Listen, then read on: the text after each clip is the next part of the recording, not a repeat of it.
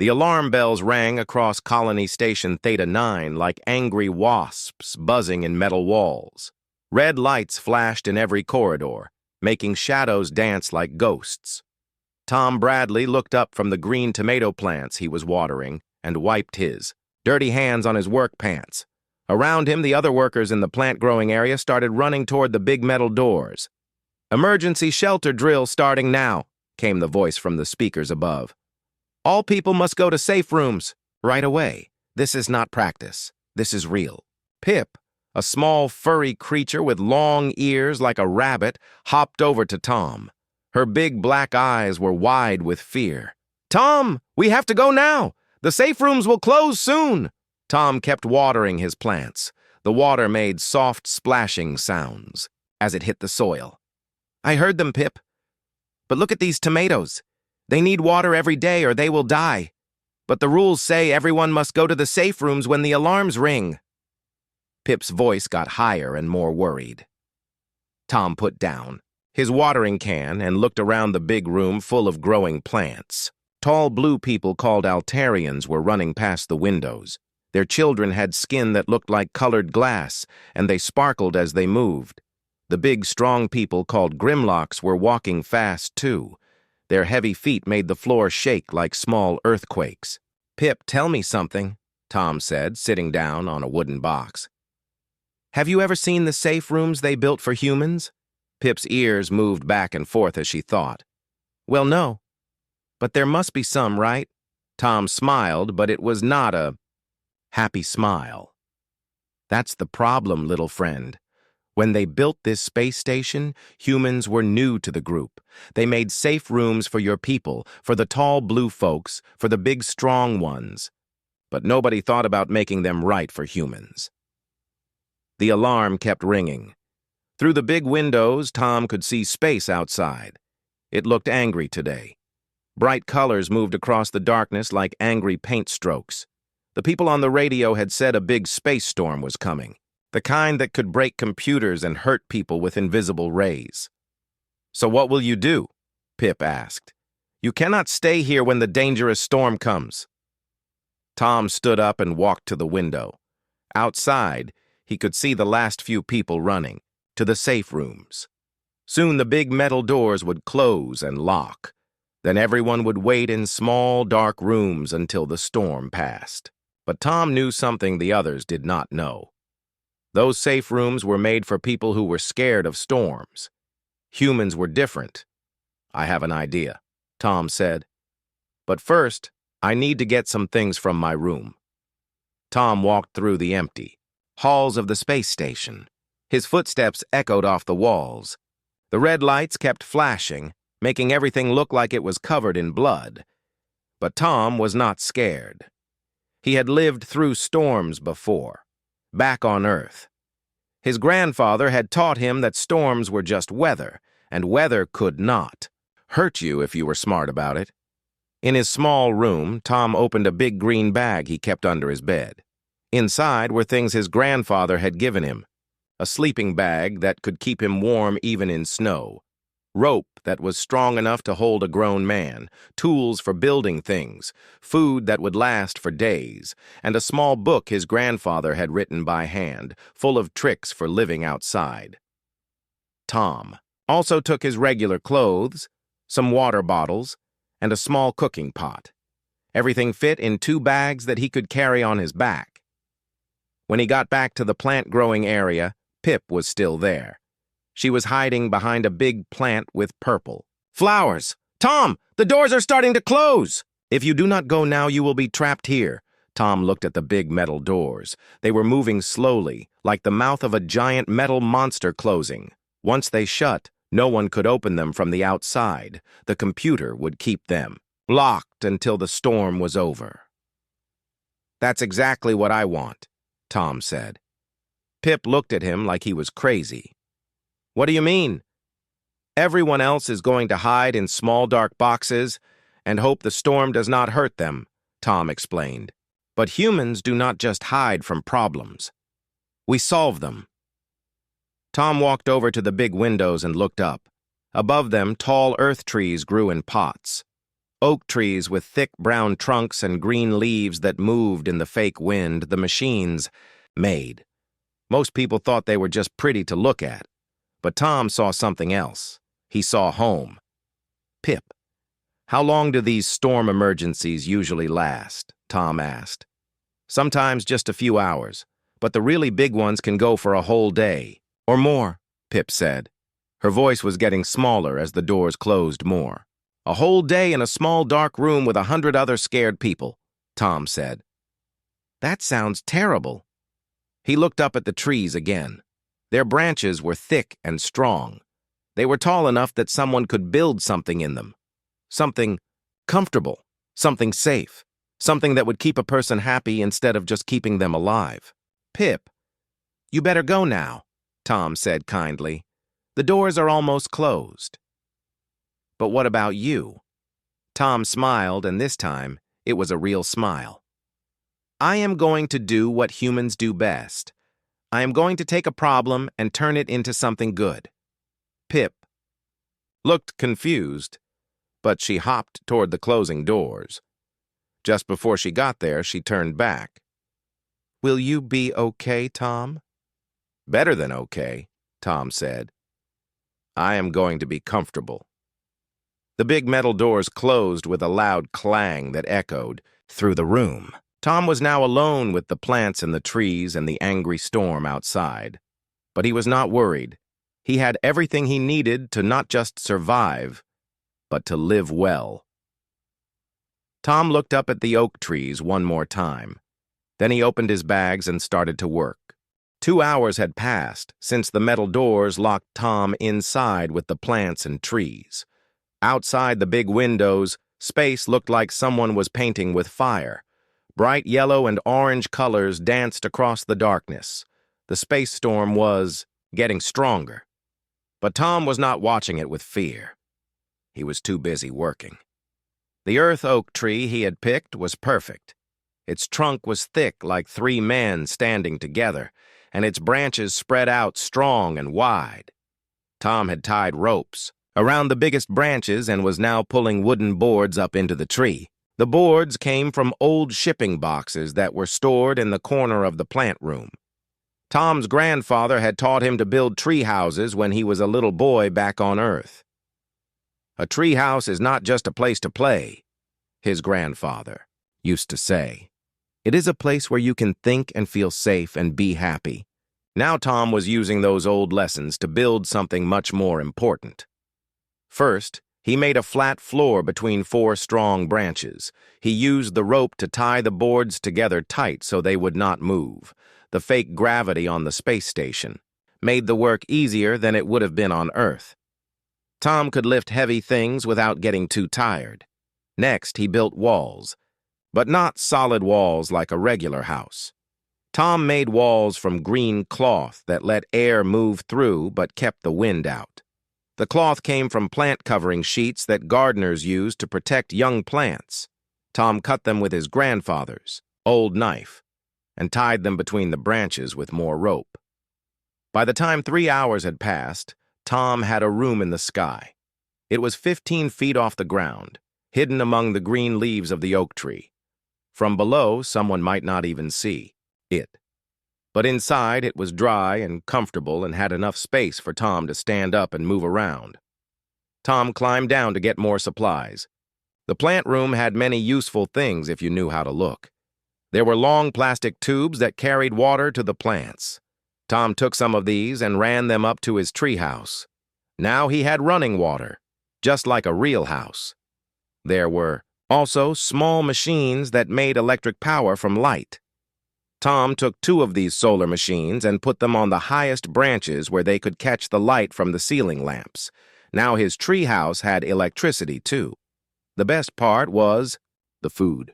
The plant room grew many kinds of vegetables and fruits. Tom picked tomatoes, lettuce, carrots, and apples.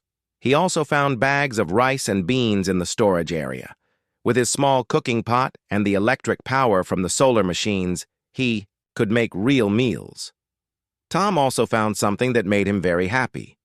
In the corner of the plant room was a box of earth flower seeds that someone had forgotten. Tom planted some of these in small pots and put them on a shelf in his treehouse. Soon he would have flowers to make his new home beautiful. While Tom worked, the space storm outside got worse. The space station shook sometimes when big waves of energy hit it. The lights in the ceiling flickered on and off. But Tom's treehouse did not shake. The oak tree was strong and flexible.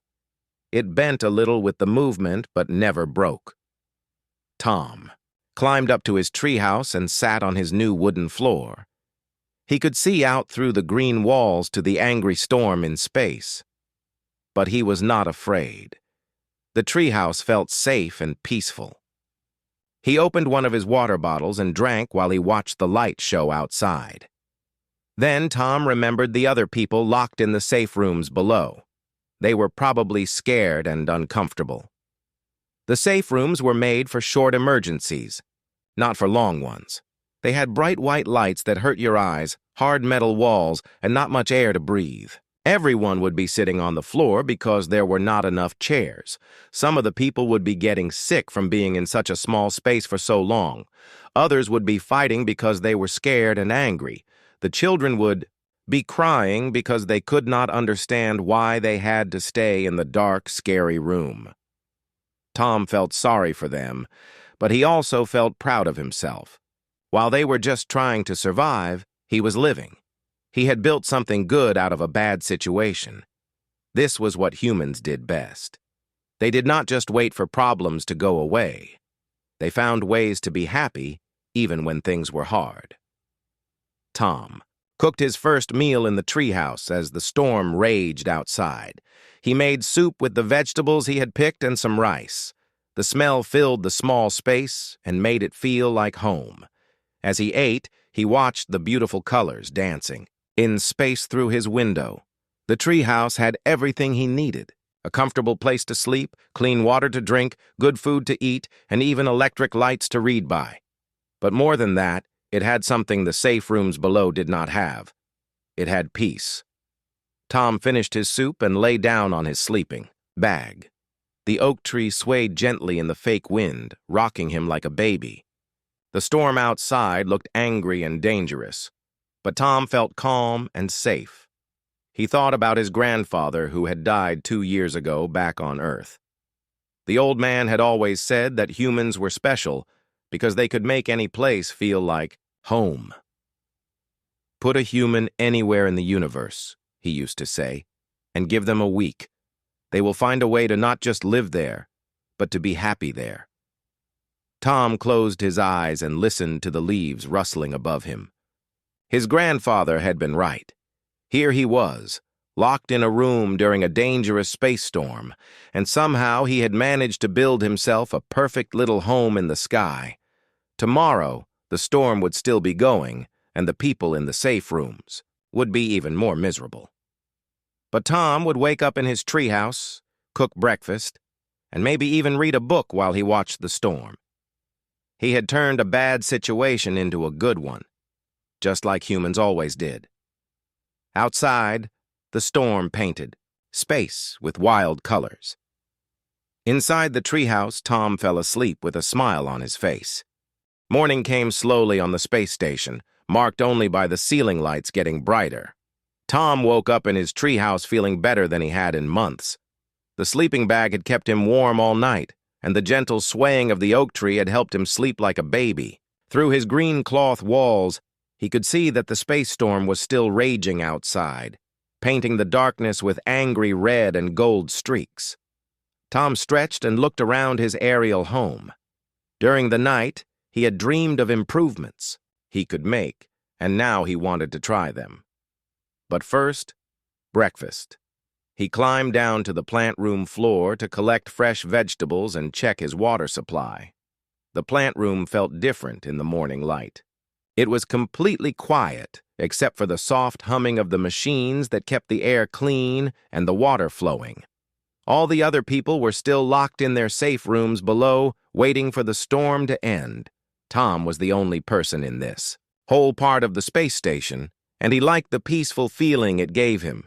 He picked fresh tomatoes that were red and ripe, pulled some carrots from their soil, and gathered herbs that smelled like home cooking. Back in his treehouse, he made a breakfast that would have been impossible in the cramped safe rooms below. Hot soup with vegetables, fresh bread he had found in the storage area, and clean water that tasted better than anything from the emergency supplies. While he ate, Tom watched the storm through the big windows. The energy waves hitting the space station's shields looked like fireworks, but deadly ones. He could see why the other people were afraid, but from his safe position in the oak tree, surrounded by green leaves and eating good food, the storm looked more like a beautiful show than a dangerous threat. After breakfast, Tom decided to expand his treehouse. The oak tree was big enough to hold much more than his simple first room. Using more boards and rope, he built a second level above the first one. This became his bedroom, with just enough space for his sleeping bag and some books. The first level became his living room and kitchen. He set up the small cooking pot on a stable wooden shelf and arranged his food supplies in wooden boxes. He even made a table and chair from shipping crates so he could eat his meals properly instead of sitting on the floor. But Tom's best idea was the third level. He built this one at the very top of the tree among the highest branches. Here, he made what he called his observation deck. It was just a small platform with a rope railing, but it gave him a perfect view of the space storm raging outside. From up here, Tom felt like a ship captain watching the ocean during a hurricane, safe and comfortable while nature showed its power. Tom also improved his water and power systems. He connected more plastic tubes to bring water up to all three levels of his treehouse.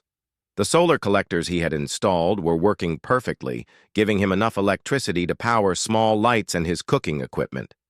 He even found a small radio in the storage area and got it working so he could listen to music. By noon, Tom's treehouse was better than some real houses he had lived in back on Earth. It had 3 floors, running water, electricity, good food, and even entertainment. Most importantly, it felt like home in a way that the sterile safe rooms never could. While Tom was enjoying lunch on his observation deck, watching the storm and listening to soft music on his radio, the computer systems of the space station were recording something interesting. Tom's health signs were being tracked by sensors in his clothes, just like everyone else on the station. But while the readings from the safe room showed people under stress, sick, and uncomfortable, Tom's readings showed something very different. His heart was beating slowly and steadily, like someone taking a peaceful walk. His breathing was deep and relaxed. His body temperature was perfect. All the chemical signs in his blood that showed fear or worry were at their lowest levels. According to the computers, Tom was not just surviving the emergency, he was thriving. Down in the safe rooms, things were very different. The Altarian families were suffering because their blue skin needed more space and fresh air to stay healthy. The children were crying constantly because the bright white lights hurt their crystal-like eyes. Some of the adults were getting sick from the stress. The big Grimlock workers were having even worse problems. Their huge bodies made too much heat in the small spaces, and they could not cool down properly. Several fights had started when some Grimlocks got too hot and angry. The medical people were running out of supplies to treat stress sickness. Even the small Villani people like Pip were struggling. They were used to hopping around in open spaces, but the safe rooms were too crowded for them to move naturally. Many of them had stopped eating because they were too scared and sad. But Tom knew nothing about these problems. He was busy making his treehouse even more comfortable. In the afternoon, he built a small garden on one of the lower branches. He planted the earth flower seeds he had found, along with some fast-growing vegetables that would give him fresh food in just a few days. He also made improvements that showed how much he understood about living in space. Tom built a water recycling system using parts from the plant watering equipment. Now the water he used for washing and cooking would be cleaned and used again, just like on a real spaceship. As evening came, marked by the ceiling lights growing dimmer, Tom cooked himself a dinner that was better than most restaurant meals. Fresh vegetables, herbs, and even some fruit for dessert. He ate while sitting at his handmade table, looking out at the storm that was still painting space with wild colors. After dinner, Tom climbed to his observation deck and lay back to look at the storm. It was actually beautiful when you were not afraid of it. The energy waves made patterns like dancing ribbons of light. The colors changed from red to gold to purple and back again. Tom had never seen anything like it, and he was probably the only person on the entire space station who was enjoying the view. As he watched the storm, Tom thought about the difference between surviving and living. The people in the safe rooms below were surviving. They were staying alive, waiting for the danger to pass. But Tom was living. He had made a bad situation into something good. He had built not just shelter, but a home. He had turned a crisis into an adventure. This was what made humans special, Tom realized. Other species reacted to problems by hiding from them or fighting them. But humans looked at problems and asked, "How can I make this better?" They did not just want to get through hard times. They wanted to find ways to be happy during hard times. The storm raged on outside, but Tom fell asleep that night feeling grateful. He was warm, fed, safe, and comfortable. He had everything he needed and even some things he just wanted. Tomorrow would bring new challenges, but Tom was not worried. Humans always found a way to make things work. 20 hours into the emergency, something strange was happening in the command center of Colony Station Theta 9. Director Yentar sat in his special chair designed for his 4 arms, looking at computer screens that showed the health of everyone on the station. His blue skin had turned pale gray from worry, and his large eyes moved quickly between the flashing warning lights. "The situation in the safe rooms is getting worse," reported Officer Kara, a tall Altarian woman whose crystal-like skin was flickering with stress patterns. Section 7 has had 3 medical emergencies. The Grimlock workers in Section 12 are overheating badly, and we have had to separate 2 families who started fighting over food. Director Yentar used 2 of his hands to rub his tired head, while the other 2 hands typed commands into the computer. "How much longer until this storm passes?" "At least 8 more hours, maybe 12, Kara answered. "The energy readings are still very high, and the storm seems to be getting stronger instead of weaker." "What about medical supplies? Running?" "Low. Dr. Rick says we have enough basic medicine for maybe 6 more hours if no new emergencies happen. But people are getting sicker from the stress and bad air in the safe rooms." Director Yentar looked at the long list of people having problems. Heart issues, breathing troubles, panic attacks, and fights between scared families. This emergency was turning into a disaster, and there was nothing he could do about it. The safe rooms had been designed for short emergencies, not for day-long events like this. Then something on his computer screen caught his attention. One health reading was completely different from all the others. While everyone else showed signs of stress, sickness, and fear, this one person showed perfect health. Better than perfect, actually. This person's body signs were so good they looked like someone on vacation. "Kara, look at this," Director Yentar said, pointing at the screen. "These health readings cannot be right. They show someone who is completely relaxed and healthy." Kara looked at the screen and checked the name. "That is Tom Bradley, the human, who works in the plant-growing area. But, Director, that is impossible. He is not in any of the safe rooms. The computer shows he is still in the plant area, which is not protected from the storm." Director Yentar felt confused. According to the safety rules, anyone outside the safe rooms should be dead or dying from the dangerous energy of the storm. But Tom's health signs showed he was doing better than anyone else on the entire station.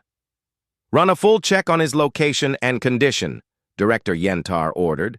"Something is wrong with our information." But the computer check confirmed what they already knew.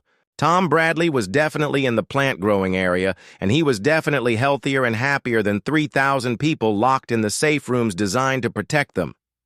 "I do not understand," Kara said. "How can he be safe from the storm without protection?" Director Yentar thought about this problem. He had been in charge of space stations for 20 years. and he had never seen anything like this. Either their safety systems were completely wrong about the storm danger, or the human had found some kind of protection they did not know about. "We need to investigate," Director Yentar decided. "But we cannot risk opening the safe rooms or going through areas hit by the storm." "There is a maintenance tunnel that goes to the plant area," Kara suggested.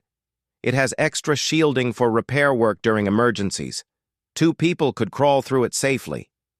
Director Yentar nodded. "Get Dr. Ricks. I want a medical expert with us when we see what this human is doing." An hour later, Director Yentar and Dr. Ricks were crawling through a narrow metal tunnel that smelled like oil and old air. Dr. Ricks was a small Villani, with gray fur and big ears that kept bumping against the tunnel walls. She carried a bag of medical tools and kept checking readings on a small computer. "His health signs are even better now," Dr. Ricks said as they crawled. "Heart rate perfect, blood pressure ideal, stress chemicals almost zero. Director, this human is not just surviving, he appears to be enjoying himself." They crawled for 30 minutes through the dark tunnel before reaching the plant-growing area.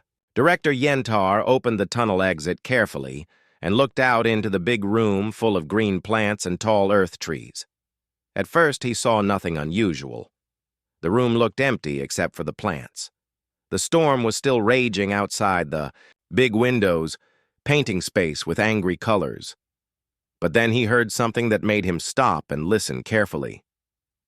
It was music. Soft, gentle music coming from somewhere above them. Director Yentar and Dr. Ricks climbed out of the tunnel and stood up in the plant room.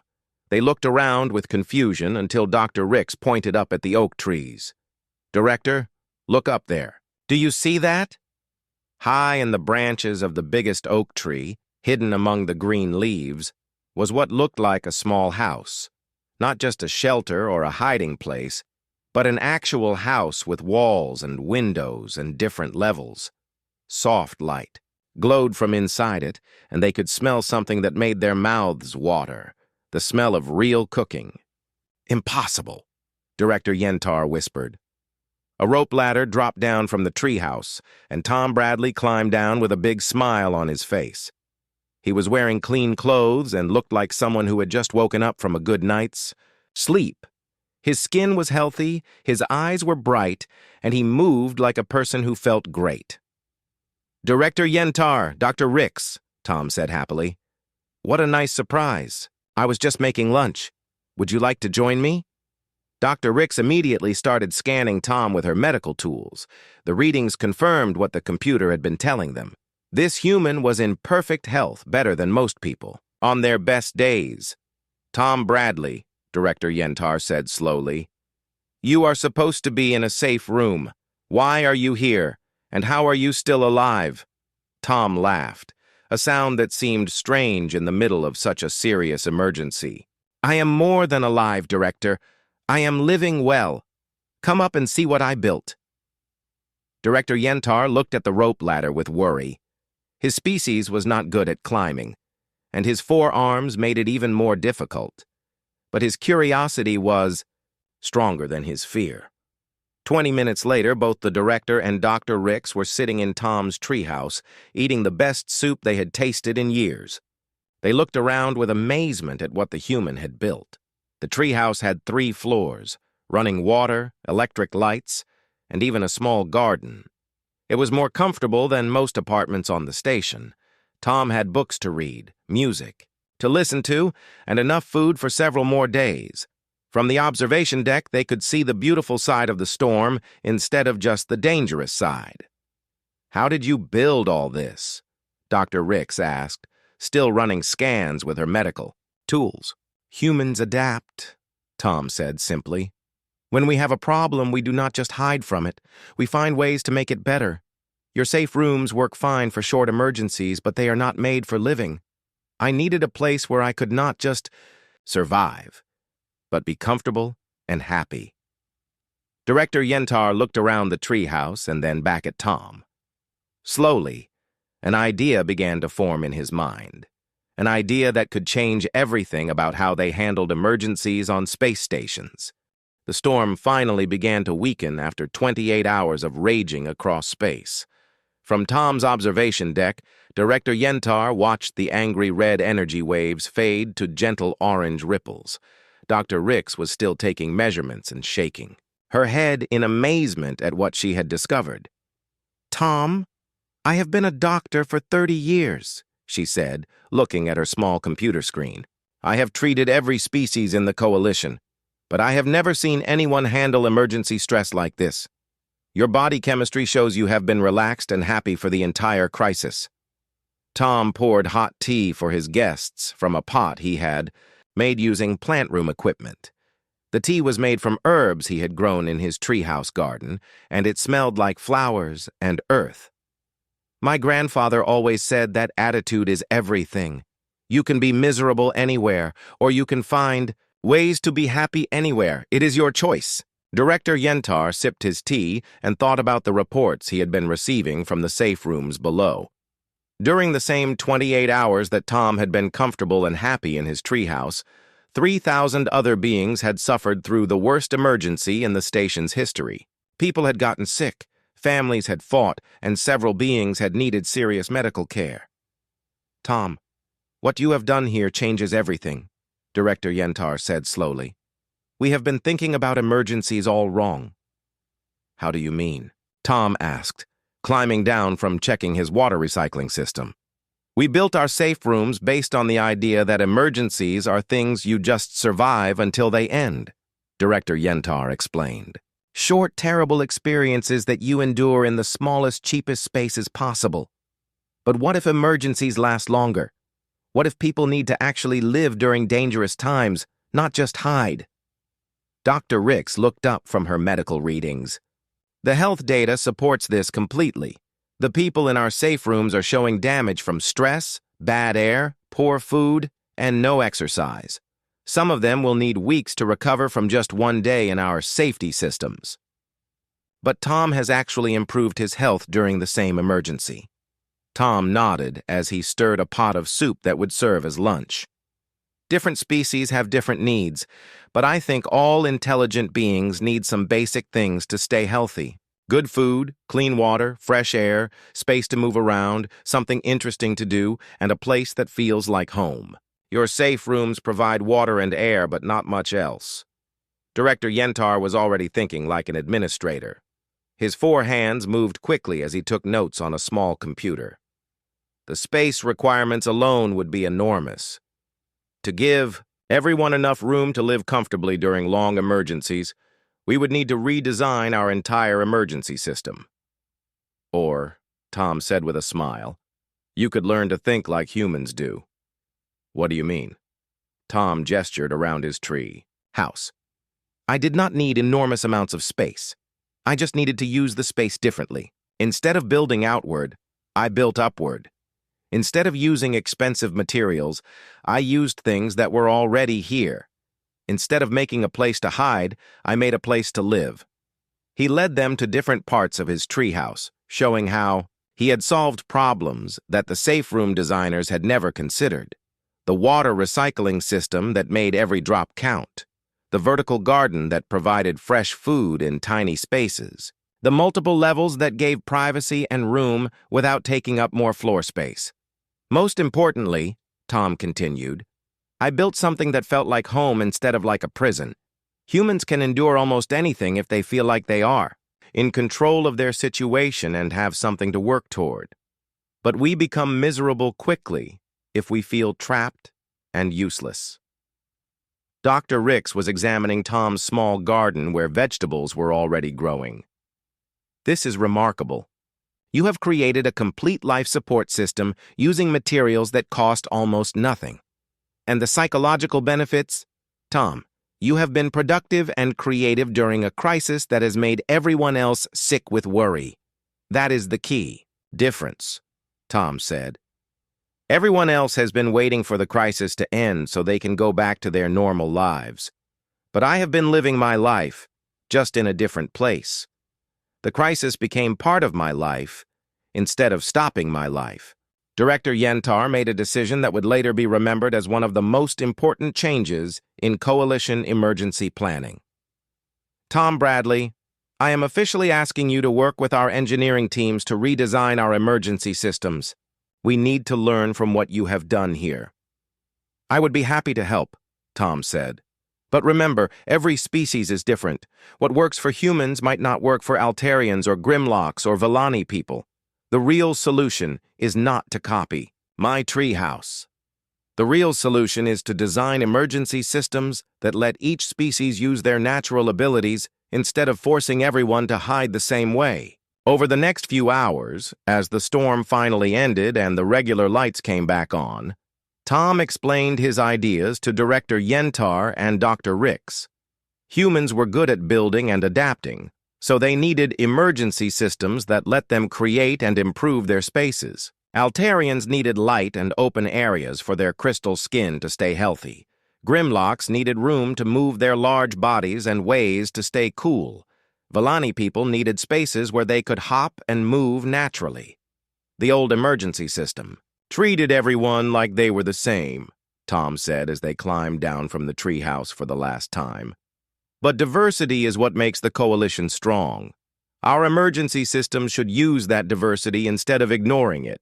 When the safe room doors finally opened, the contrast was shocking. 3,000 beings stumbled out looking sick, tired, and traumatized. They had survived, but barely. Many would need days or weeks to recover from the stress and health problems caused by 28 hours in the cramped, uncomfortable safe rooms. Tom, meanwhile, packed up his treehouse with a smile. He had not just survived the emergency, he had lived through it comfortably and had even enjoyed parts of it. His health was better than when the crisis started, and he had new skills and knowledge from building his aerial home. The story of Tom's treehouse spread quickly through the coalition. Within months, emergency system designers from dozens of worlds were studying his methods. The idea of living through crises, instead of just surviving crises, became a new field of research. But the most important change was in how people thought about human abilities. Before Tom's treehouse, many species saw human adaptability as a problem. Humans never seemed satisfied with the way things were and always wanted to change and improve everything. After Tom's treehouse, they began to understand that this same trait was actually a superpower.